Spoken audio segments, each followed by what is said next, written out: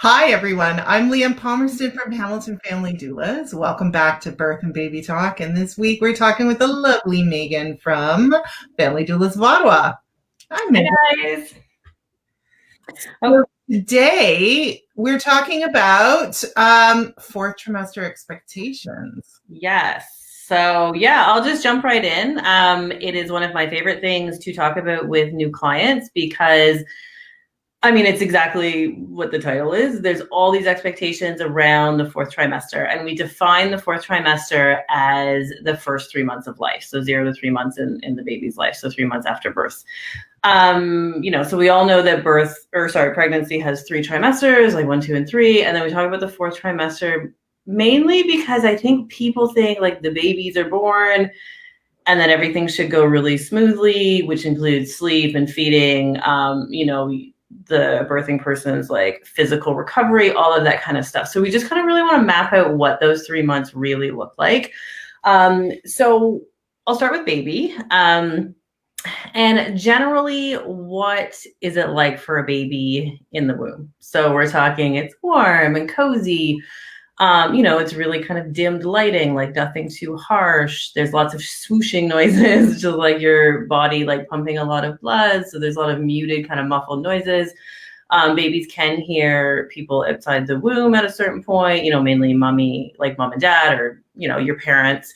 So those voices are really calming, but they're very muted and not super loud. They're a little bit muffled. So everything is really kind of calm. There's a lot of movement. So because the birthing person is walking around a lot, so they're carrying the baby's kind of getting swayed back and forth. So it's I'm assuming very lovely if any of us could actually remember it. And then what happens is the baby is born. And the world is loud and bright and cold, and everything is different. So for the newborn baby, this is really shocking. This is not like, a comfy, cozy entrance into the world. So really where they want to be, ideally, is still with mom. So there's a lot of comfort there. It's just kind of going to be their happy place. So the first thing I really want to talk about in the fourth trimester in terms of baby is what every single person wants to talk about, and that is sleep or, lack thereof. So we want to talk about where baby wants to sleep. So we have this expectation that the baby comes out, we bring the baby home, and the baby should be happily sleeping alone in wherever is your place where the baby sleeps. So whether that is in a bassinet, or whether that's in a crib, or whether you're bed sharing, though that looks a little bit different. So we'll chat a little bit about that. So our expectation is that we put the baby down and the baby should sleep really settled for 2 to 3 hours. This is not the case. This is not how a newborn baby wants to sleep. So ideally, the place where baby really wants to be is on you.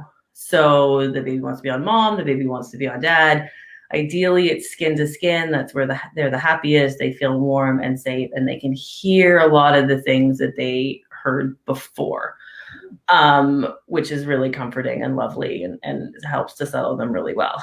So ideally, if it's a single baby, so not multiples, if it's your first baby and you're not chasing around a bunch of toddlers or anything like that, what we really suggest is actually just kind of like hunkering down. I mean, not for 3 months if you don't want to, but for the first like couple weeks for sure.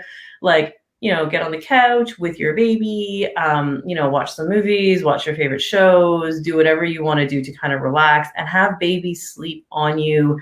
If you're breastfeeding, that can really help initiate your feeding. But it's just where baby really wants to be. It's also really good for your physical recovery. So if you can do that, that's a really nice way to kind of enter into the fourth trimester. Now, that doesn't work for everybody because people have other things to do. They have other children. So a baby wrap is a really good choice as well. So baby can still be on you. You can do skin to skin. Some of our favorites would be like a stretchy wrap, a woven wrap, or a ring sling. And this is really for comfort for when you sit down. So if you put on a huge soft structured carrier with a big waist buckle, sitting down is going to be really uncomfortable, and it's not going to be like, there's no longevity there.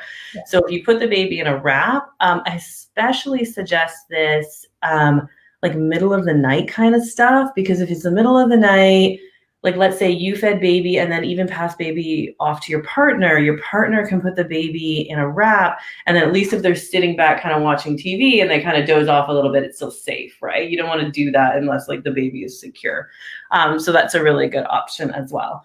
Some other things you can do with baby to kind of like mimic that womb kind of situation in the first or in the fourth trimester is swaddling. Not everybody wants to do the old school swaddle, but there's a few swaddle stacks where it's like the bottom half of them is a sleep sack, and then the top half is kind of like a Velcro wrap. There's one, the one I really like is called Halo, but I think there's many, many different versions of that. I like it because it leaves the lower part of their body like lots of room to move around, but also it keeps them nice and cozy, and it's actually really easy to put them in. So if you're not a really like confident swaddler, you can just like it's like a little like straight jacket situation. Just like the little that wrap around and the baby. And then I like them too because when the baby starts to get around 4 months, because most babies will learn to roll over about 5 months. Yeah. Starting at the beginning of 4 months, I always recommend to our clients, you can still use the halo, but you can transition baby out of it by starting to wrap it underneath the arms. So the arms can be free. Yeah. Sleep that way.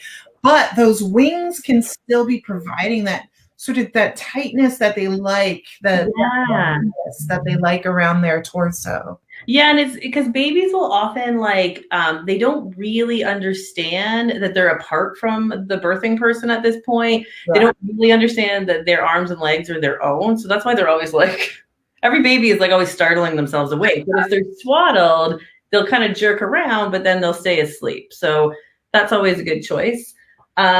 Now, some people like to use white noise machines. There is a few different opinions on white noise machines, so it's a really personal choice. Some people think it mimics kind of the sound of the womb, takes away from the sounds of like the household kind of going on, and may help babies sleep that way. So you can always check out white noise machines.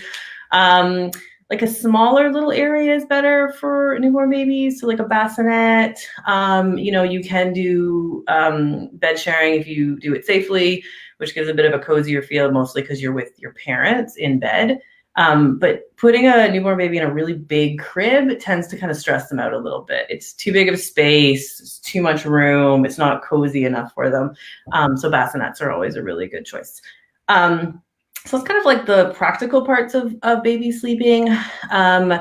We should never expect a newborn baby to sleep more than 2 to 3 hours in the beginning. I mean, yeah, when you get closer to the end of that 3-month mark, that definitely is going to look different. But in those really critical first weeks, even like 6 weeks, like babies, they're going to wake up for lots of reasons. And one of them is to eat. So we should never expect that a baby's going to sleep for 8 hours. Like a newborn baby, it's not going to happen. I know it's really sad and nobody wants to hear it, but it's never going to happen. So that's one expectation I always like to talk to my clients about is, don't stress out about the amount of sleep in terms of like non-interrupted sleep, right? Like don't stress out about it. It will happen at some point, but those first 3 months is not the time to really worry about the sleep.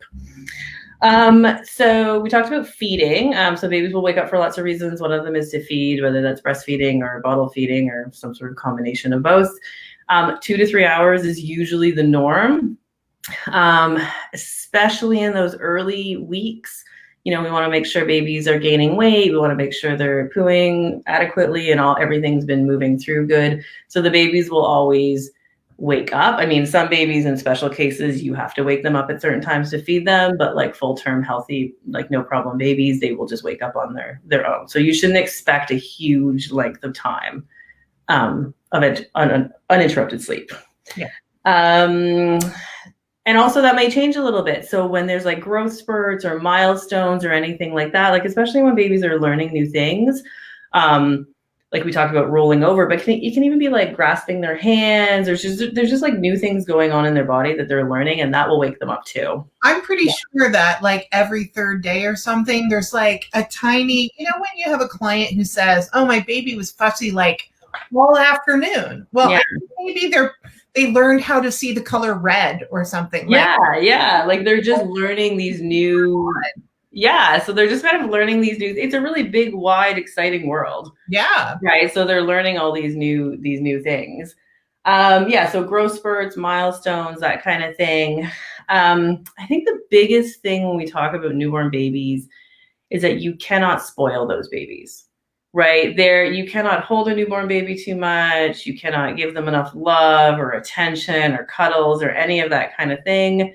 They're not trying to manipulate you. They don't know how to do that yet. So you can hold and cuddle your baby as much as you want to. So that's the main thing with the babies. They're also really overstimulated by a lot of things. Like you said, they learn to see the color red. So it could be, I don't know. I mean, it could be many things. It could be like it's a really sunny day, or it could be, there's lots of loud noises in the kitchen that day, or they've been awake for too long and not being able to settle properly. So they're just really overstimulated. And the only way they can communicate with you is through crying. So it's okay. It's okay for a baby. There's nothing wrong with your baby. There aren't good and bad babies. Babies cry to communicate. So we always want to expect crying with newborn babies for many, many different reasons. So always expect that. I think it's really important too to point out that a lot of the things that are like we have new parents, especially so we've got like two categories of new parents, right? We've got the brand new parent learning on the job.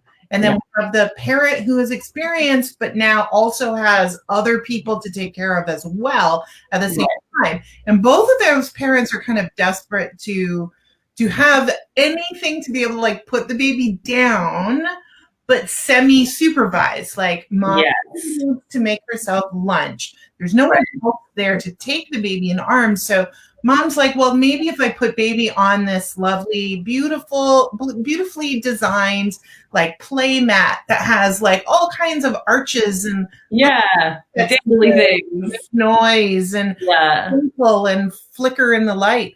And those kinds of things can be extremely overstimulating for babies. Yes. We want to think about babies in terms of like there's information going into their brains, and their brains only have a certain amount of processing capabilities. So when they hit the max processing, like which is real quick, the rest of it just becomes irritating.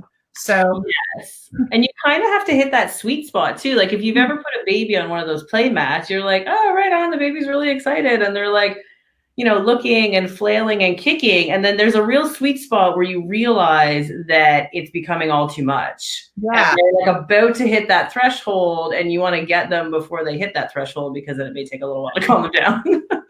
I had one client who kept saying, oh, she really hates the bee. The baby hates the bee. And I thought, no, there's too much color, movement, and sound going on at the same time.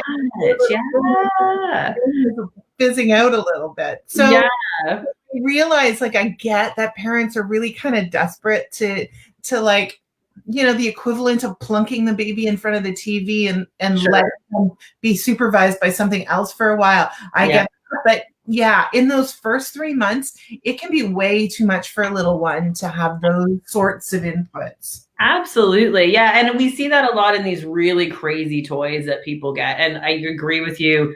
Everyone needs a minute, but the babies just don't need that much time, right? They can't, 10 minutes is a long, long time for a little tiny baby. Yeah. Half the time babies are fascinated by like the connection between the wall and the ceiling. Yeah. Or like the corner of the room. Yeah. Or like, I have a client right now where she has this kind of old school, like from the 70s, kind of like, I don't even know how to explain it. It's a divider between the entranceway and the living room. And it's kind of got these crisscross metal design. And the baby just literally stares at it. Yeah.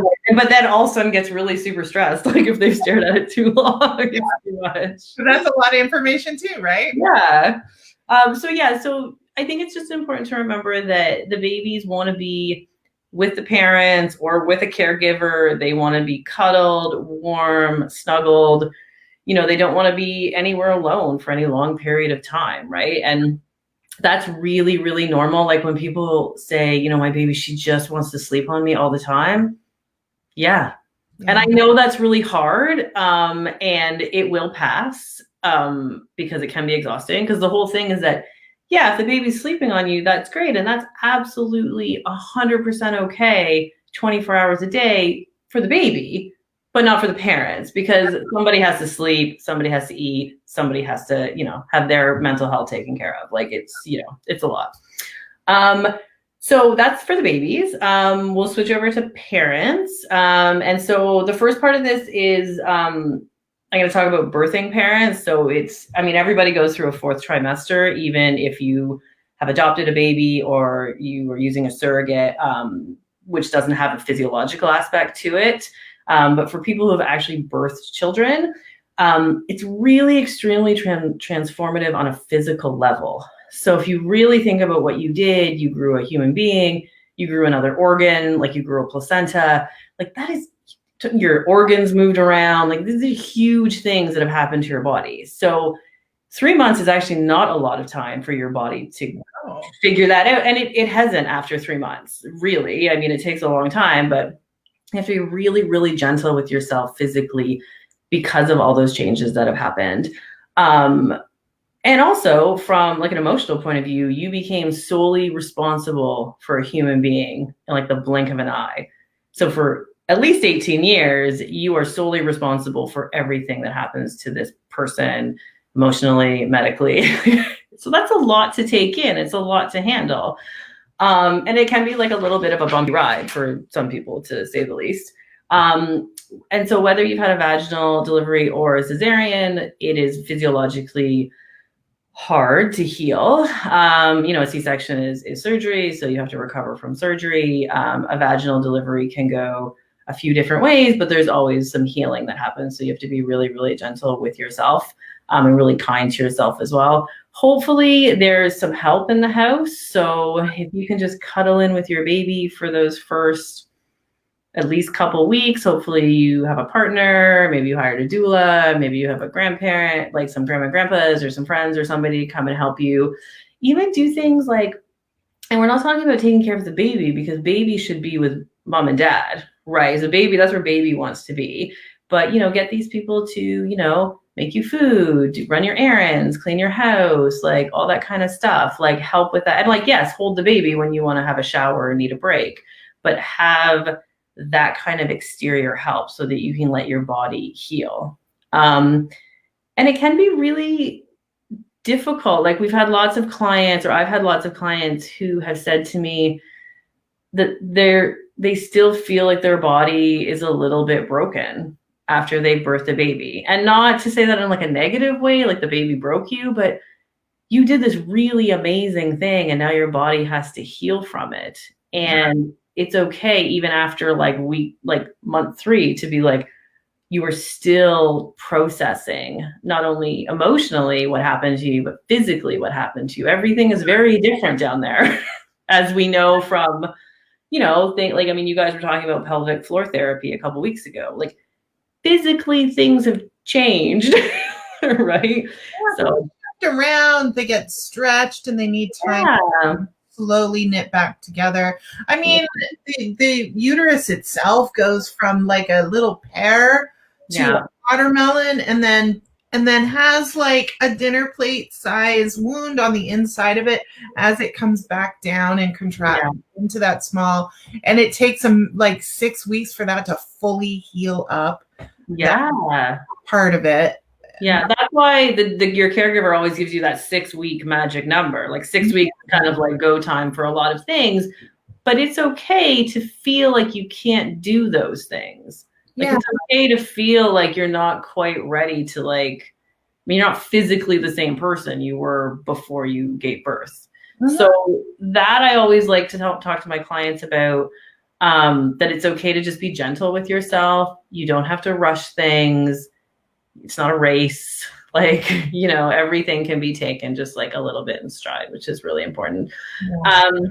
Now for emotional changes for the birthing person, so people who have actually given birth, we talk a lot actually about things like baby blues and postpartum depression and that kind of stuff.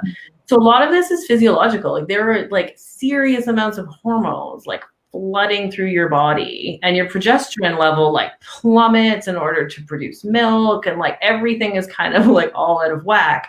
So when you hear about the moms who come home and say, like, I walked through the front door and I just started crying, like for us as doulas, we're like, yeah. But like for them and for their partners, they're like, holy crap, like what is happening here, right? Like, why are you crying? Are you not happy? Like, we have a baby. Yeah. So it floods through you. So it's okay to have these like really kind of like ups and downs through those first couple weeks and couple months. We just want to make sure the downs always come up, right? So as long as the downs are coming back up again, that is all really normal, regular stuff. Obviously, if you go low and you stay low for a long time, it's really important to like seek help and talk to your care provider and do all those kind of things. A little bit like the fetal heart rate in labor. Yeah, no, for sure. Yeah, as long as it comes back up pretty quick. Yeah, we're okay. No one panics. A long time to come back up, then cause for concern. Yes, that's when things get a little like there's lots of activity happening when that. And same thing with like, and that's the thing that I think that we miss in society with postpartum is that we often hand the babies to the parents and we send them out the door and we're like, great, like, have at it. Like, what do you mean you don't know how to do this? Like, it's really hard, and there should be lots of help and resources, and there should be a lot of people really kind of carrying these people along as they learn how to be new parents. And that's why we always say it takes a village, because it really does. Like, it should be many, many people helping and answering questions and all that kind of stuff. What I did want to mention is that for people who are adopting or who are using surrogates who don't have all these physiological changes, it is not to say that the fourth trimester isn't challenging for them as well. I mean, we are talking about an extreme shift in lifestyle, and especially, I guess, with both of them too. I mean, when you use a surrogate, you're probably from my experience, you're a little bit more involved. I mean, it's different obviously in COVID, but you go to the appointments and you see the ultrasounds, you're kind of, there's more of a relationship, and maybe so even in some adoption cases, not all of them. But the reality is that you didn't physically go through it, and as a partner, you didn't physically watch someone for 9 months go through it. So it is really challenging. And even though you don't have all those hormones and everything surging through, you are saying goodbye to a certain life and, adapting to a new one, which is really challenging. And you need just as much help. I mean, you are still sleep deprived. You still have to feed this baby. You still have to learn how to be a parent. So that is not lost on people just who haven't physically birthed a baby. So there's lots of resources as well, and still lots of help. And in some ways, I think, like in a couple of ways, it might be harder. If you have that continuity, and you have like the continuity, even though it's challenging, and it's not like, it's just not easy to have all those different hormonal flows and stuff. But some of those hormonal flows are designed to make a few things easier, right? You have, and I think like it's all kind of a piece. Like, we often say that, for birthing people, like the birthing body kind of carries you forward. Yeah. Whereas if you're not the birthing parent, that like, it's a little more challenging to kind of be energetic through labor and stuff. Whereas the birthing person kind of is like, I just got to keep doing it. Whereas when you've given birth physically to a baby, your milk comes in whether you want it to or not. Like, it just shows up. There's all of this stuff that happens. Yeah. When you are an intended parent and an adoptive parent, right, you don't have the benefit of having that physical continuity with the baby. And so, it can, I think sometimes it can be really challenging. And then you have like gay parents who like have no understanding of what it's like to have ever, like, if you don't have a uterus, then like, there's a lot of parts about like having children that are completely inaccessible to you in a kind of body felt way. And so some of those things might be a little challenge to connect with as you're becoming parents and finding your way through that. There's so many different for all different kinds of parents. It's not easy. None of them have it easy. They all have their own specific challenges that are unique to their pathway to parenthood.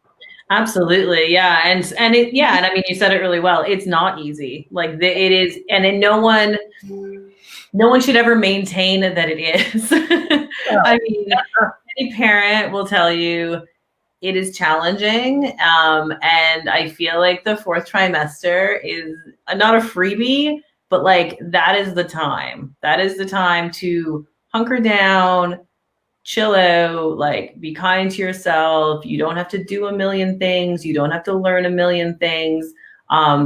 And to the best of your ability, get as much help as you possibly can. Yeah. And there's absolutely nothing wrong with that. So whether it is a professional you hire or whether it is a family member that comes in, and any kind of help is a positive thing. And that, we should just all be really kind to, people who have just brought a baby home. It is tough work.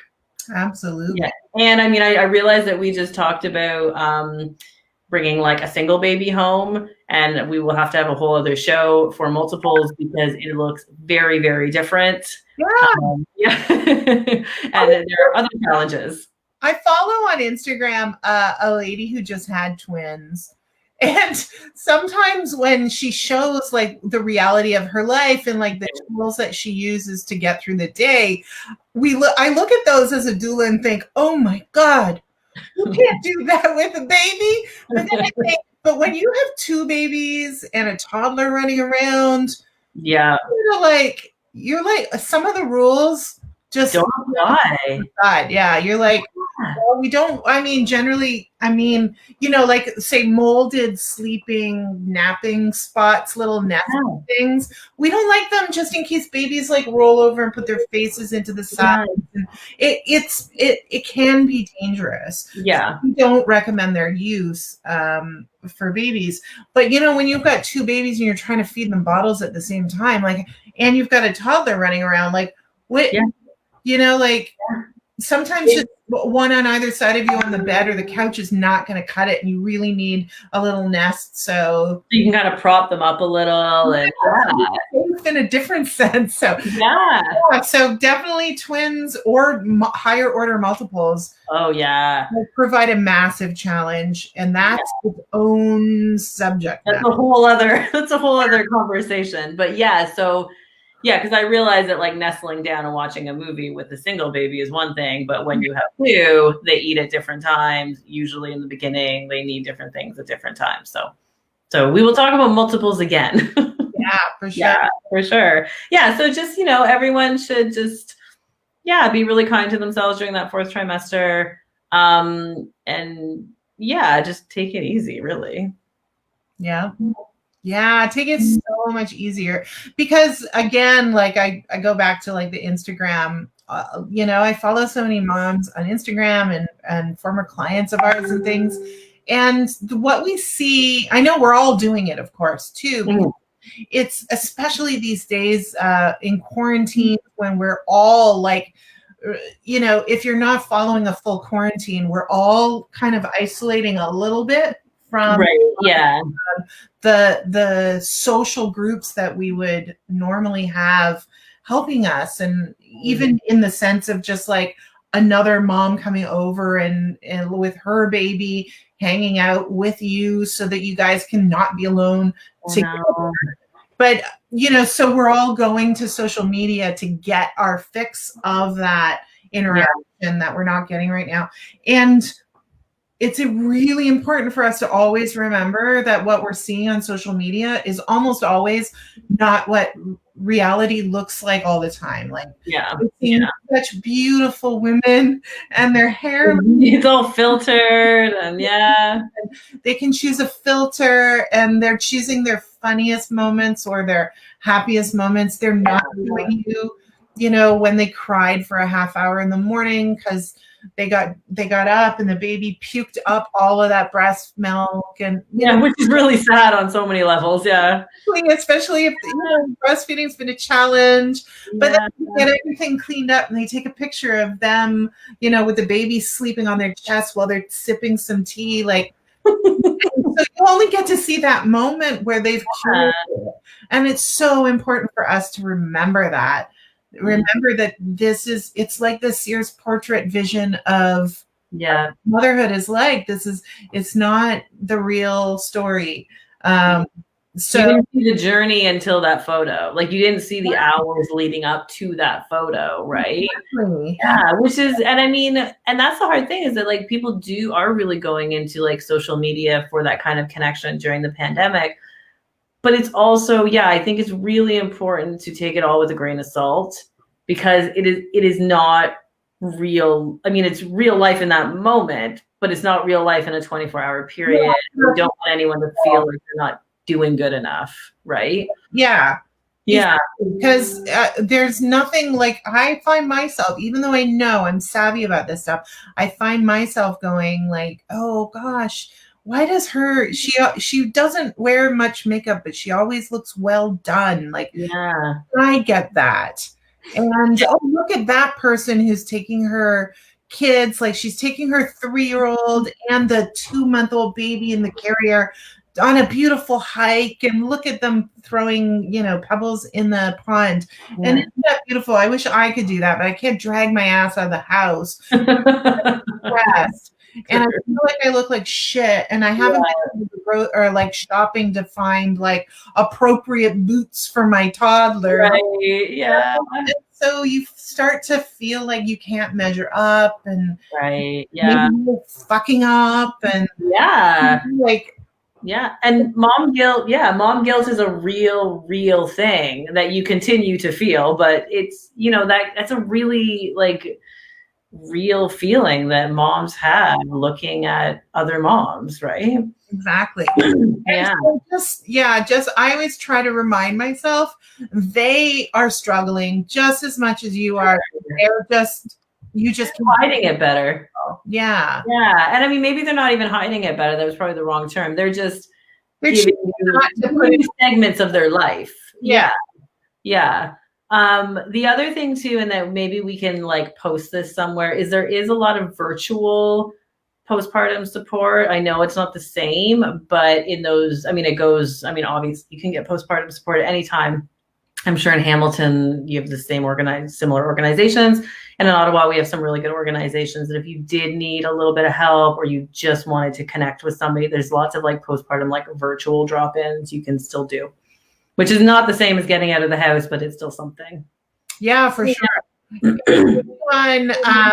Those of our viewers who who are all over the place, if you want to leave a comment and let us know if there's an in-person group or a virtual group in your area that's area specific, give us a link to that information so that other parents across Ontario and beyond can also tag into that great support.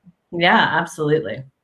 Yeah, great. Well, so much, Meghan. Yeah, no, it's my pleasure. I love talking about the 4th trimester. Yeah, no, you're really like, all of this information really helps normalize like the unique challenges of those first few months.